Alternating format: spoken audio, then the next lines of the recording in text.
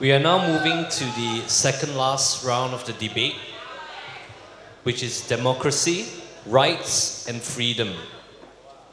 I would like to invite Shen Yeon to do a 3-minute fact presentation. Shen?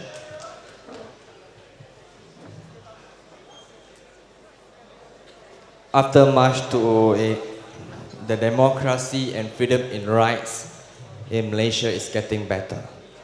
Najib have abolished ISA, our coup. He have liberalized our Printing Act. He have liberalized our Peaceful Assembly Act. That's number one. Number two, after March 2008, when we want to abolish our Au-Ku Act, don't forget, Menteri Besar Kedah Azizan did use the Au-Ku to expel 5 students in Kedah local university. And people asked him, is this contradicting with your buku jingga? He said no. Because jingga is not Pakatan Rakyat policy, because jingga is not Al-Quran. That is what Menteri Besar Azizan said. This is the first comparison to show who is more democratic. Number two, when we liberalize our press, our what we call it, Printing Act, Assembly Act, Au-Ku, and also ISA, after March 2008, DAP have practiced get order to restrict the member from speaking. This is how much they talk about freedom of expression. And now lately, just because Sinchu reported something, alright, DAP, He Kuan Yew call Sinchu as a dog paper. Ask people to boycott Sinchu. Is this how much you talk about freedom? And then now, today, alright, Ambiga called for a press conference. He even questioned MB Selangor and Selangor related to election issue. That shows that how free they are. And we want to talk about why Lim Guan Eng in DAP have to threaten 86 Chinese schools when they subscribe to Utusan Malaysia and Berita Harian. I'm not saying Berita Harian or Utusan Malaysia is good paper. I'm just saying why Lim Guan Eng have to threaten those schools. If you subscribe, I'm not going to give you fund. This is how much you believe in democracy. Alright? And then you talk about democracy also. Why in Penang government, a few times they boycott, do not let NST, do not let Berita Harian or Utusan Malaysia to cover mereka. To cover them. This is how much you talk about democracy. Or you're talking about one-sided or two-sided democracy. Even in the cyber world, there is a young Malaysian innocent girl who do a video advertisement. Why should DAP cyber troopers ask people to threaten and to kill her? This is how much you respect democracy.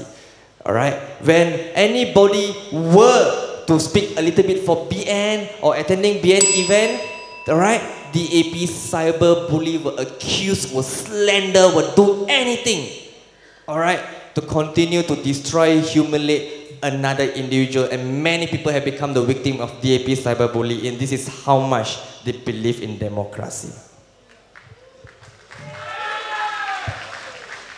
I'll now like to invite Shen to proceed to a 1-minute questioning of Chong Zimin.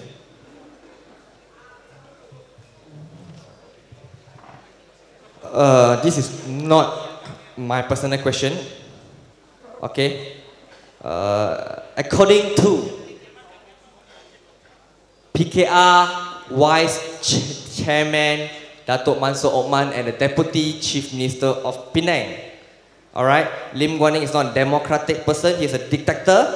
And according to him, Lim Guan Eng is cocky, arrogant, and tokong. In this issue, which do you think is right? Lim Guan Eng is right, or PKR Mansor Othman is right, or who is wrong? John, proceed. In this issue, PR has already issued a statement. Dr. Mansor Othman's statement is being twisted by the media. You want, I can send you the link later. Okay, you talk about liberalization after March 2008. Please, again, do not insult our intelligence. Whatever BN Najib is doing today is because they already lost 2/3. It's because the people want reform. The people supported PR reform to abolish UUCA, to abolish ISA, to free up media. And you talk about Hu Kuan Yew. Okay, we are against Sinchu Jipo. DAP stand is firm. This Hu Guangyu is only a member of DAP. He does not hold any party position. And DAP position is firm. We treat all media equally. We have media freedom. And you talk about Ling Wan Eng, force Chinese school not to subscribe to Utam Malaysia. And then he say, I do not want to say whether it's good or bad. I tell you today, Utusan Malaysia is bad. Why? Because they print lies.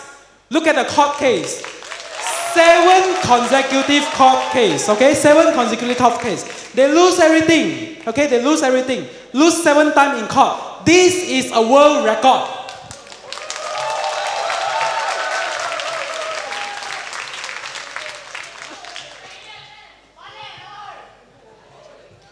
They'll give him an additional 5 seconds. If we allow our younger nation, subscribing to some Malaysia point of view, we are actually poisoning their mind. Media freedom does not equal to freedom of printing lies.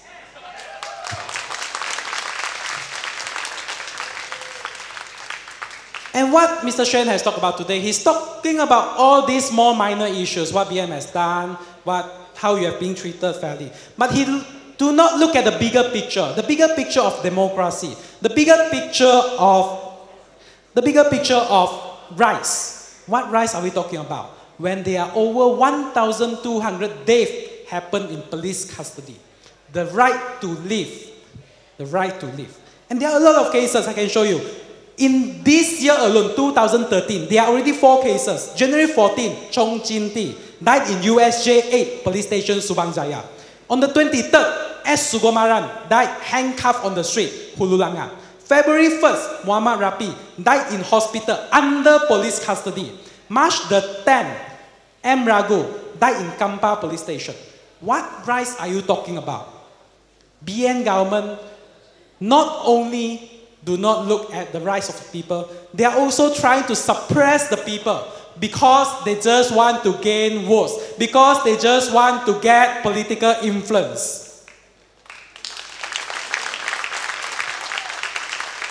Chong Zamin, you are now invited to submit a 3-minute fact presentation.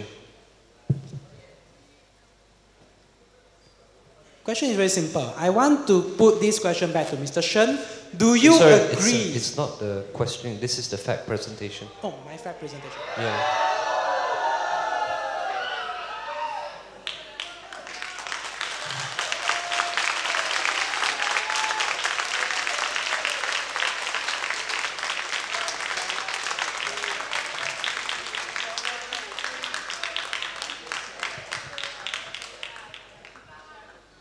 It's very simple. Since 2008, Mr. Shen has said we have opened up, liberalized. But all these draconian acts, seditious act, UUCA, ISA, all these were defended by the government in power, BN. And suddenly when they open up, they say they liberalize. Again, I say, do not insult our intelligence. It is because that you lost 2/3, you want to get back some votes, you open up a bit. But again, you did not abolish in total. You tried to amend UUCA. Please tell me, are students in university, doesn't matter, private university or public university, can they join any political party, express their political conviction? Peaceful assembly. Peaceful assembly. This is already safeguarded in our federal constitution, the freedom of assembly. But BN doesn't allow us to gather peacefully.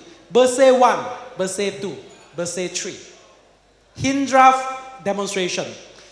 BN government tried to put FRU, police, tried to suppress the people freedom to gather peacefully. But Malaysia has shown to the BN government that we can assemble peacefully in HKR 112 without any police disruption, without any police authority to disrupt the instruction.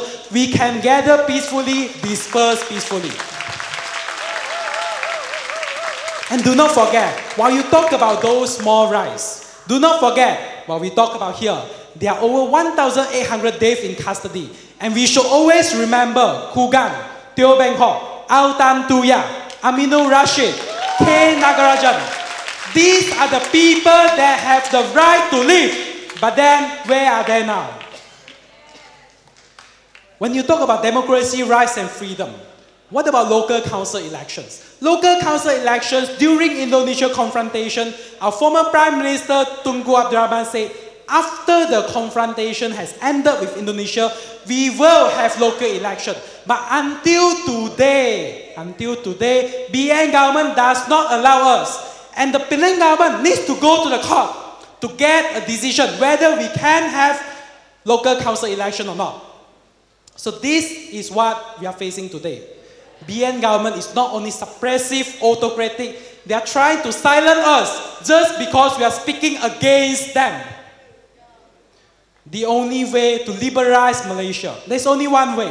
We need to vote Pakatan Rakyat into Putrajaya, and Pakatan Rakyat will allow us to open up the democratic rights and freedom. Thank you. Chong Zemin, you may now proceed to a 1-minute questioning of Shen Yon. Chong, you may now proceed to questioning. I want to put the question back to Mr. Shen. Keep talking about media freedom. How many media today is controlled by UMNO? How many media today is controlled by BN UMNO Malaysia? And we try to ban one media, Utusan Malaysia. He said that we are trying to curb media freedom. Does media freedom equal to the freedom to print lies and the freedom to print accusations, baseless accusation? Very simple. He just said if Utusan print lies, Utusan will be sued, correct? What about DAP cyber troopers spreading lies? Can they get sued? Which is actually worse? One they can actually sue and charge, one that you cannot sue and charge, and DAP continue to accuse, spread lies, attack people, personal attack, and very, very dirty that you cannot even sue. Worse than Utusan Malaysia. Number one. Number two, ladies and gentlemen, before I need to go to summary, we can come to the conclusion of this debate, which is the better choice. Why? He did say that, yeah, after March 2008, BN did change, because he realized a lot of things he brings is before March 2008. He said, why? Because BN was being denied 2/3. But the question is, not important whether BN being denied 2/3 or not. The question now is BN really changing? And according to him, yes, because he said it. He said BN did change. So if BN did change and improve, why should we still vote for Pakatan Rakyat? We only vote against BN if BN are not changing. Alright, he talked about what? Peaceful assembly. He got no right to talk about peaceful assembly. Bersih 3.0, Asbin Ali and Anwar give hand instruction to break through the police barricade. He want to talk about UCCA. He got no rights, as I just said just now. Menteri Besar Pakatan Rakyat Azizan own self used Alku to sack 5 students in Kedah. Alright, and then now I want to talk about Hindraf. Number one, that was March 2008. Number two, it was Najib who released Hindraf. And number three, Anwar and Pakatan Rakyat don't even want to fulfill Hindraf latest demand. Don't talk about Hindraf when you cannot even fulfill the demand.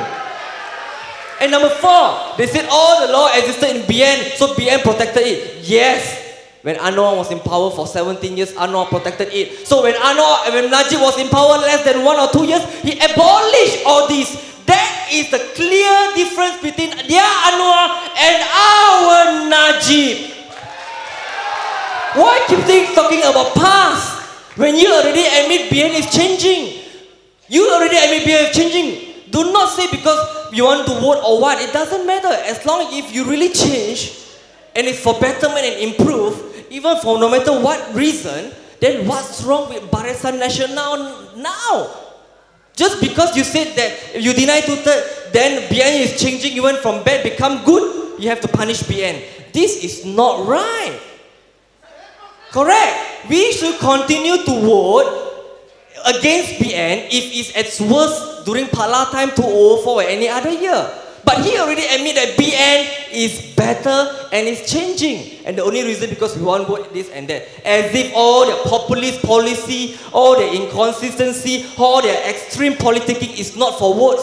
Come on now. To be fair, which political party and which politician do not do things for votes? But that is not matter. Whether the question is, are they really changing? This is the whole question. Thank you. Before we conclude the topic of democracy, rights, and freedom, I'd like to ask, how many of you here have a Facebook account? Raise your hands. Yeah? Seriously, you don't have Facebook? Okay. I'd like to put forth a question to both our debaters. I'd like to say that lies can be printed, but they also can be typed. As someone who spends a lot of time online, I see a lot of political debate. And you know, when they post something bad about this side, you'll see a lot of people commenting. My question is this: how much do you think of them are real? When you see people comment, you look at them, you see it's like, okay, the name looks realistic enough. The profile picture looks slightly familiar, like it's a real pretty girl. How much do you think of these comments you see online are real? And how much are fake? It's a two-part question. Second thing, do you think that it accurately reflects the public's opinion? I would like to pose this question to Chong Zimin on cyber troopers, on whether they are real, and do you think it accurately reflects the public opinion? Both sides will be given 1 minute to answer. Chong Zimin first. Please proceed. How many true or fake? It's very simple. You want to look at cyber troopers, look at their accounts. Account being created 3 days ago with a pretty girl. No information where you work, no information where you stay. That is cyber troopers. And when you say how much influence you have, does it reflect the ground sentiment? I say yes. Why? Because I can tell you that Pakatan Raya has no money to employ cyber troopers. These are real people commenting on Facebook. It is only BN that got money that can allocate to employ cyber troopers to post on Facebook. And every time, if you look on Facebook, Pakatan Raya come with a video, we get 2,000 likes, 5,000 shares. In BN, there is no way. Even the cyber trooper page, also they don't want to open 2,000 accounts. Too troublesome for them.